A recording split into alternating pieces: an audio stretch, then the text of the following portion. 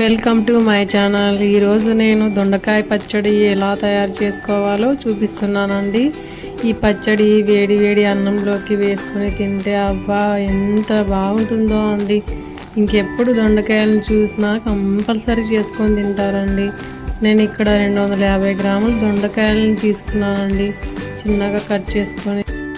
ఇప్పుడు ఒక ప్యాన్ని తీసుకొని అందులోకి 2 టేబుల్ స్పూన్ల ఆయిల్ని వేసుకోవాలి. ఆయిల్ బాగా హీట్ అయ్యాక అందులోకి 2 టేబుల్ స్పూన్ల వేరుశనగ పప్పుని వేసుకొని దూరగా వేయించుకోవాలి.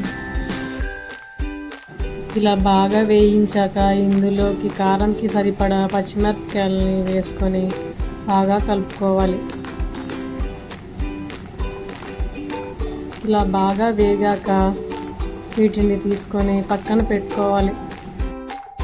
ఇప్పుడు ఇదే ప్యాన్లో కొద్దిగా జీలకర్రని వేసి ఫ్రై చేసుకోవాలి.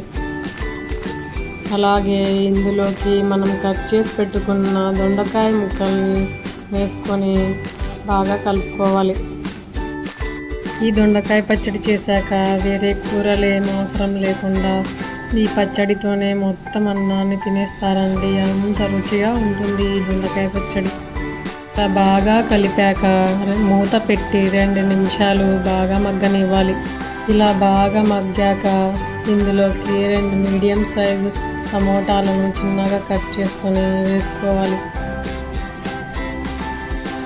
ఒకసారి బాగా కలిపి 2 నిమిషాలు మూత పెట్టుకొని మగ్గనివ్వాలి. 2 నిమిషాల తర్వాత చూస్తే బాగా ఉడికిపోయాయండి. వీటిని తీసుకొని పక్కన పెట్టుకోవాలి. ఇప్పుడు ఒక మిక్సీ జార్ని తీసుకోవాలి.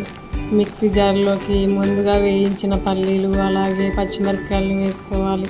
రుచికి సరిపడే ఉప్పు వేసుకొని 3-4 వెల్లుల్లి రెమ్మలను వేసుకొని ఇలా గ్రైండ్ చేసుకోవాలి.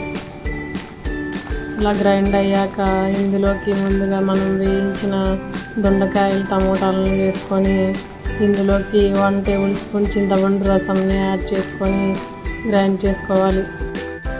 ఈ పచ్చడిని ఇలాగే అయినా తినొచ్చు, లేకపోతే పోపు పెట్టుకొని అయినా తినొచ్చండి.